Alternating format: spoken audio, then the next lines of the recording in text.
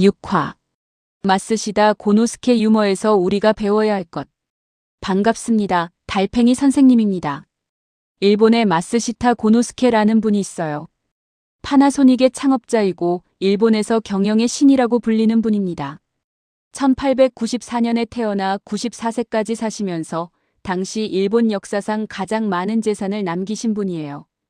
그런데 이분의 학력이 초등학교 4학년 중퇴입니다. 9살에 집안이 파산하면서 학교를 그만두고 가게 점원으로 일을 시작했어요. 그 어린 나이에요.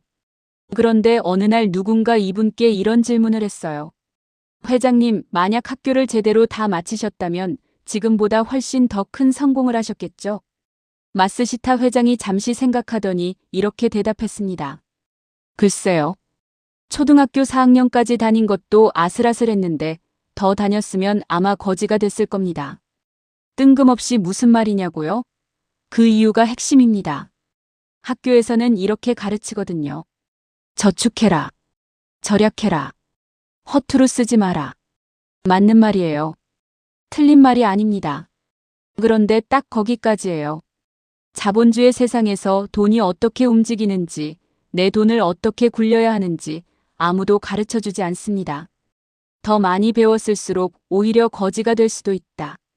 마쓰시타 회장이 유머로 던진 말이지만 저는 이 말이 자본주의의 전곡을 찌른다고 생각합니다. 40년을 교단에 서면서 저도 마찬가지였거든요. 저축은 가르쳤어도 자본주의는 가르치지 않았습니다. 저도 배우지 않았고 몰랐으니까요. 그런데 지금 우리 현실은 어떨까요? 통계를 보면 마음이 무거워집니다. 2024년 통계청 자료에 따르면 65세 이상 고령자 가구의 순자산은 평균 4억 5천만 원입니다. 얼핏 보면 적지 않은 것 같아요. 그런데 그 속을 들여다보면 이야기가 달라집니다. 그 자산의 무려 82%가 부동산입니다. 평생 모은 자산 대부분이 지금 살고 있는 집 한 채에 묶여 있다는 뜻이에요. 집이 있으면 부자 아니냐고요? 집은 당장 카드값을 내거나 갑작스러운 병원비를 치르는 데 쓸 수 없습니다. 결국 자산은 있는 것 같은데 실제로 쓸 돈은 없는 상황이 됩니다. 그리고 더 충격적인 숫자가 있어요. 66세 이상 은퇴 연령층의 상대적 빈곤율이 무려 39.8%입니다. 은퇴한 분 10명 중 4명이 빈곤 위험에 처해 있다는 뜻입니다. 이게 지금 우리나라 은퇴자들의 현실입니다. 왜 이런 일이 벌어질까요? 바로 현금 흐름 때문입니다. 자산이 아무리 많아도 매달 들어오는 돈이 없으면 가게는 흔들릴 수밖에 없어요. 10억짜리 집에 살면서 매달 쓸 돈이 없는 상황. 이게 새로운 종류의 빈곤입니다. 자본주의에서 진짜 중요한 것은 자산의 크기가 아닙니다. 매달 통장으로 들어오는 현금 흐름입니다. 그렇다면 현금 흐름이 만들어지면 삶이 어떻게 달라질까요? 숫자로 먼저 보여드릴게요. KB금융지주 경영연구소가 발표한 2025년 한국 부자 보고서에 따르면 금융자산 10억 이상을 가진 사람이 47만 6천 명입니다. 전체 인구의 0.92%. 100명이 모여 있다면 그중 한 명도 채 안 되는 숫자예요. 그런데 이 사람들이 가진 돈이 우리나라 전체 가계 금융자산의 60.8%입니다. 100명 중 한 명이 전체 돈의 60% 이상을 쥐고 있는 거예요. 이게 자본주의의 냉혹한 민낯입니다. 그렇다면 10억을 가지면 무엇이 달라질까요? 첫 번째, 돈이 잠을 자지 않고 일하기 시작합니다.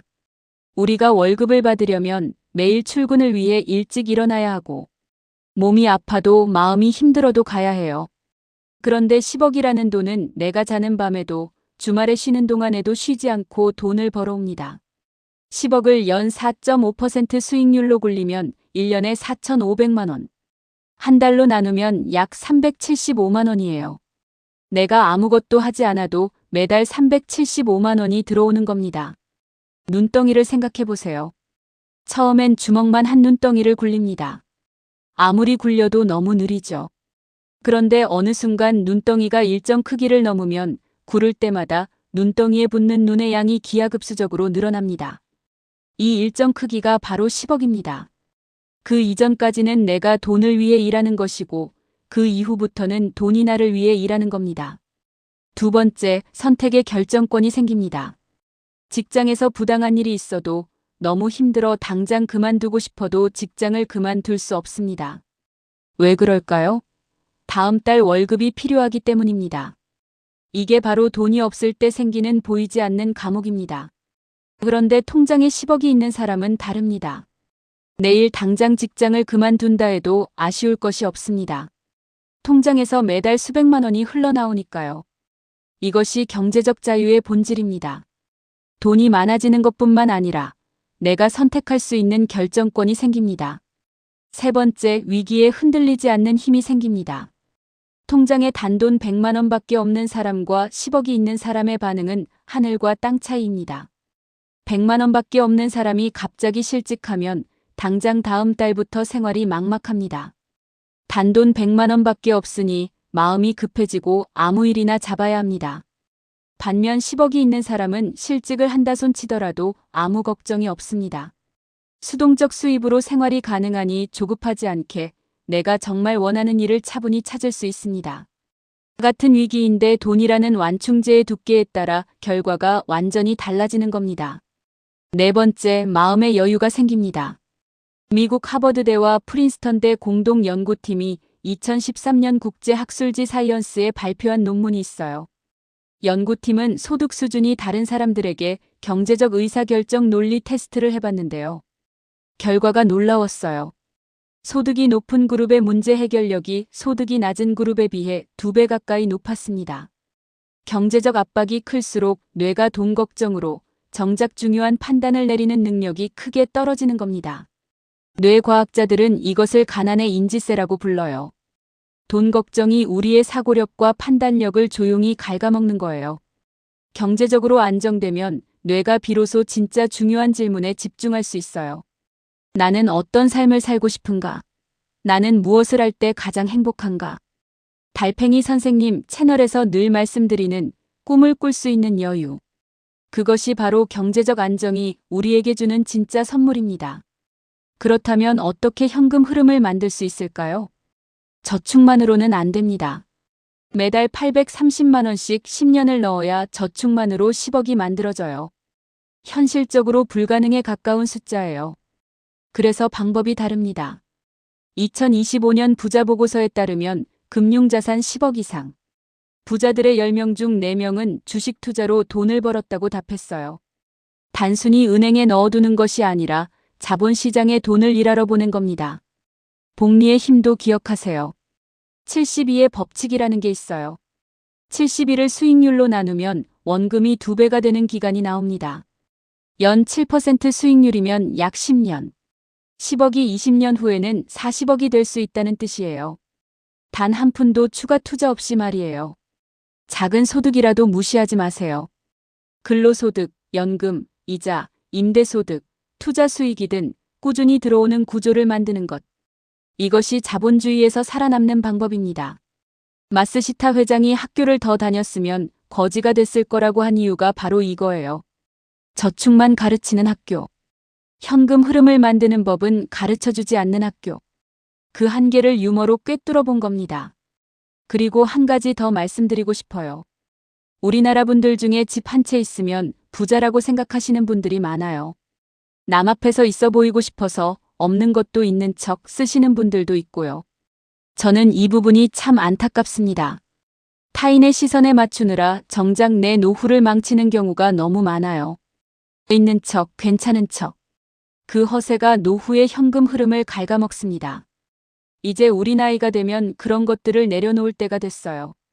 원숙한 노인의 품격은 남에게 보여주는 것이 아니라 내 삶을 단단하게 지키는 것에서 나옵니다.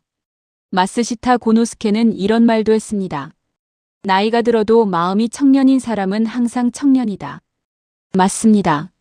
마음이 청년이면 됩니다. 진짜 청년의 마음은 새로운 것을 배우고 도전하고 내 삶을 스스로 개척하는 것입니다. 노년의 시기에도 우리는 자본주의 안에서 살아가고 있다는 것을 잊어서는 안 됩니다. 경제적 안정 위에서만 노후의 여유를 향유할 수 있습니다. 쓸쓸하게 늙어가지 마세요. 무기력하게 시간만 보내는 노인의 행렬에 스스로 뛰어들지 마세요. 기력이 있는 한 꿈을 가지세요. 희망을 가지세요. 마음 많은 청년으로 사세요. 자본주의는 냉정합니다. 가만히 있으면 뒤처집니다.